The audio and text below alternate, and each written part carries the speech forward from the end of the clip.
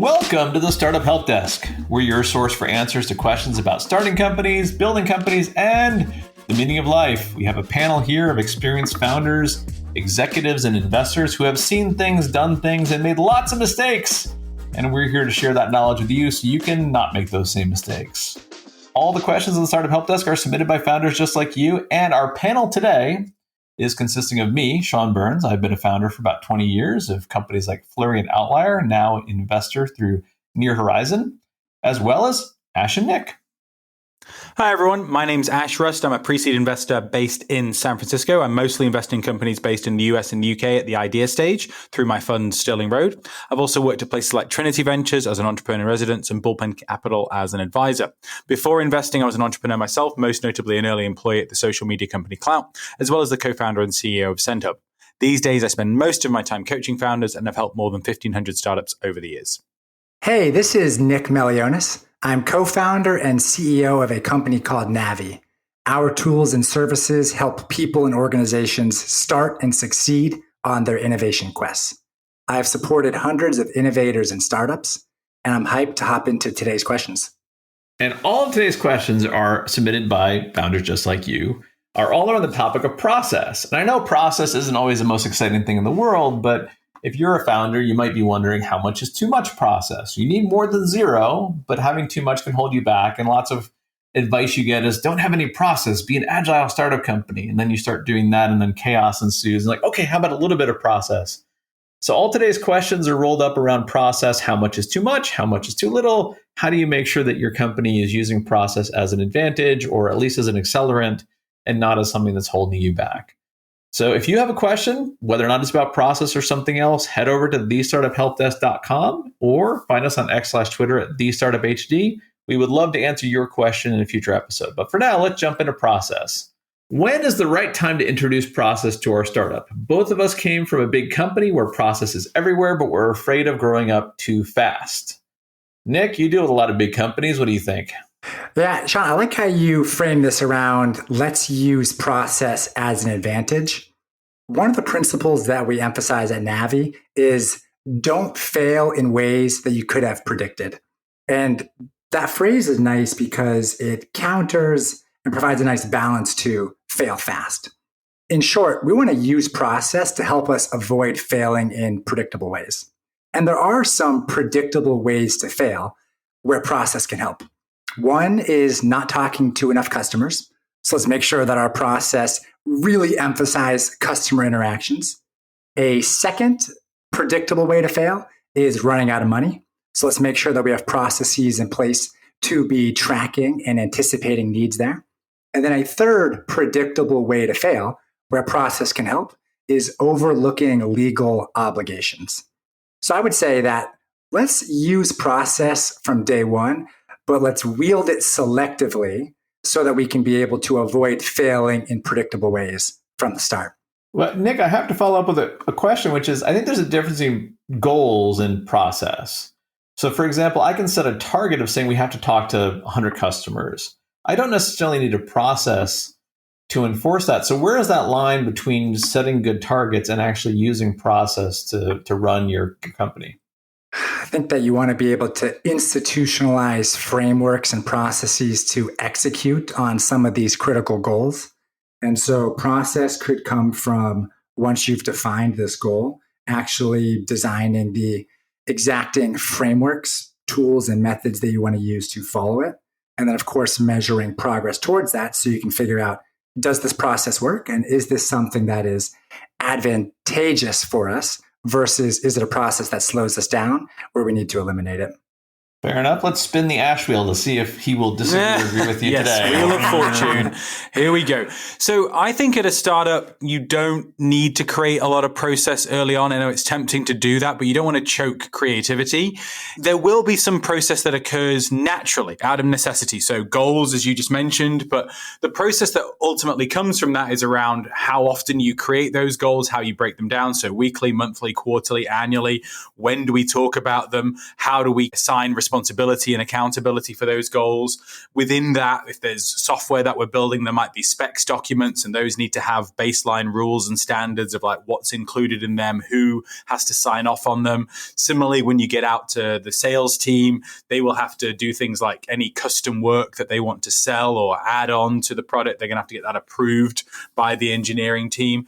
So I don't think that you necessarily need to think about creating it, but you do need to allow it to occur when it becomes necessary due to growth. So don't seek it out, but build it into the growth that you've created as a result of having a good product. Okay. I also think on that note, there's just a critical aspect of this is to figure out where can you eliminate process where it's not bringing real value. And it's hard, but it's something that if you can regularly investigate, you can be able to accelerate your startup by just finding things that don't bring value and then eliminating from the process. Or automating them as well. Yeah, true that. Well, this is a good question, actually, Ashnik. So what would you look at in terms of the processes or everything else to say, listen, we have too much process. This one needs to get killed? Like, what are the yardsticks that you would use? So the most common mechanism of figuring that out is, do you have to yell at your team to make it happen? That's a really good example of a process that probably isn't doing that well. And now if there's a regulatory requirement for that, legal requirement for it, then maybe that's different. But I would usually say that the most common one is like sales teams not entering information into the CRM. And if you have that problem, which most companies do, then you probably need to think about automating it or finding another way of getting that data in there rather than sort of fighting with your best salespeople on what you want them to do when it's not closing sales. Mm-hmm. And perhaps it's one, if it's clear that you need it, can you automate it? That's a great first step.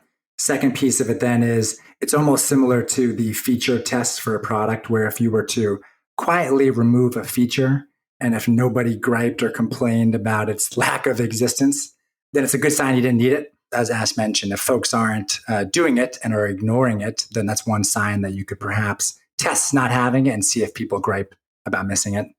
Makes sense. So if I have to shout at my team, stop putting me in chokeholds, then our chokehold process is just not working. Got it. Makes sense. Very clear. Ash?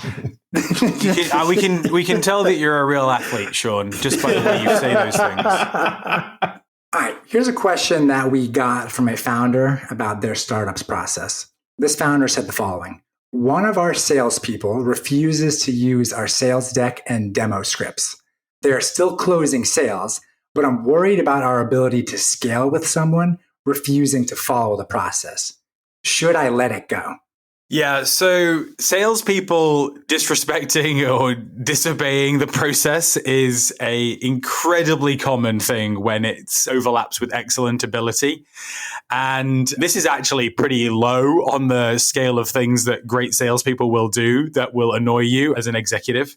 So it really is. I mean, I've had salespeople literally like chase out other people that they didn't like on the team because of the way they like rang the bell every time they got a sale or the way they just behaved. And my management style was perhaps different than what you guys might adopt or suggest. But, in those situations where someone is just like truly excellent, you probably can't lose them unless they do something really dumb. I just told them the truth. I was like, look, you're great. You're our best salesperson. You're in the top 3. So this conduct that you're getting away with right now is fine, but don't let it slip, because if it does, then that's going to be the day that you end up in serious trouble. And, if it happens more than once, very good chance you won't be working here anymore.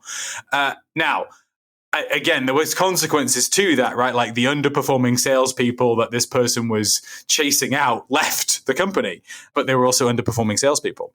So, yeah, I think that a lot of the time with excellent salespeople, you have to tolerate quite a bit, but on the premise that they continue to produce incredible performance and don't go outside of things like selling stuff that doesn't exist or selling things at incorrect prices or just trying to do things that may be shortcut. If they do that, then that's not acceptable. But if they close sales on the product as it is and they're doing that better than anybody else, then you're probably going to have to give them some pretty wide latitude, unfortunately. I agree with everything on Ash. I want to underline something he was pointing out, which is the key thing to be careful of. It's okay if a salesperson is tweaking your decks and using modifications to try to close deals, as long as they're actually selling what you sell with the value proposition that you sell to the customers you're trying to sell to. Sometimes salespeople do that because they're trying to play with the edges and sell to a new kind of buyer or sell something that you don't really offer yet. And what that results in is maybe you close deals, but then you have high churn because you aren't really delivering on what these people are buying into. So you just have to be really, really sure that they're actually selling what you sell. It turns out these days it's easier to do than it used to be with all these sorts of services that monitor sales calls and let you audit what's being said. Just be really sure that's happening. Because the minute your sales team believes they can start selling whatever just to get the deals closed and cash their commissions checks, everything goes wrong. I've seen companies where their churn rates have spiked from negligible to 50% because the salespeople realize it was better to just stuff the pipe now, sign a bunch of bad contracts, take their money and run. You don't want that. You want to make sure they're actually getting real customers that'll stick around because they're buying for the right reasons. Does your compensation package have to match that as well? It's really, ideally, it's really hard to compensate salespeople on retention because it takes 12 months typically with a SaaS contract to see if that's going to happen. And so you often need to, compensate them when contracts are signed. It's just you pay the price for that 12 months down the line. If you can find a way to compensate them around retention, that's great. One way you can do that, by the way, instead of waiting for retention that I have used, is that, let's say 85% of the commission comes in the contract sold, 15% of it comes after the customer is onboarded successfully. And onboarding means not only are they using the product, but it's reached some sort of level of penetration and usage. That usually doesn't happen if they're selling something else. If the customer is doing it, they're doing a bait and switch on the customer. So you can do things like that. It has worked for me. I've never really had a big problem because I do monitor the salespeople. I use all those tools to make sure I know what they're pitching, how they're pitching it. So nobody's going too far off into the distance and selling something. So micromanagement solves the problem. I mean, you can't audit every call, but I think you can. But you've tried. It's okay. This is a safe space. Ash, it turns out, you people don't know this, Ash is much taller than I am. So when he says micromanagement, he's actually criticizing my height. It has nothing to do with that. Right. It's a short joke. I get in trouble for that all the time. This does touch on, I think, one aspect of growing your startup too, which is as your company scales, of course, the processes to scale how you sell change. And so as part of this too, if you see a salesperson who's refusing to use the sales deck and demo scripts, part of it is investigating, okay, do you literally just refuse to do it? Does your messaging suck? That's what you're saying, Nick. For the audience that's used to Nick dressing things up nice and easy to swallow, that's what he's saying. If the salespeople have to change and use different stuff, ask yourself if it's terrible. We always need to do the introspection, I think, is what it boils down to. And so, it's a reasonable question to consider there. And the flip side of it, I have hired some great salespeople, and the reason that a few of them gave for leaving their previous company was they were not allowed to sell other than using the company prescribed deck and the company prescribed process. And if they deviated from it, they didn't get credit for the deals that they sold. I saw that happening, and we got a lot of great salespeople coming out of. Not a lot. It happened. Wait, so that was a company that was punishing people for selling the correct product, but with a slightly different script? Exactly. In fact, I will never forget those people this. Are idiots. I would love to know the name of that company. Are they joking? Oh my God. Exactly. And I will never forget this because I always ask salespeople, why are you leaving what was missing in the last role? Why are you looking for a new role? You don't always get honest answers, but it's always useful to ask. And one of them was I was closing deals. The CEO asked to see how I was selling. And after she saw the whole deal, she's like, yeah, it makes sense, but I need to just sell with my deck my way. And he thought it was a joke. And no, it was actually a rule that he had to sell with the deck he was given, the process they were given, and there was no flexibility. And we ended up hiring that person. They ended up being fantastic. Wow. Yeah. All right, let's do one more question. I'm not a product person, but it feels like our product team has added too much process and slowed down velocity. How do we know if we're using too much process or the right amount? Okay, I would like to jump in because I get this question at least once a week, generally speaking. And so my first perspective on it is if you feel like velocity is too slow, then it probably is. At the same time, almost no one thinks their velocity is fast enough. But it can be faster. It is probably likely that your velocity is too slow.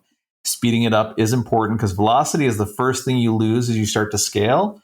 And when I say scale, I don't just mean grow the business, your team. As everything expands, you lose velocity. And your job as a leader is to claw it back and try not to lose it.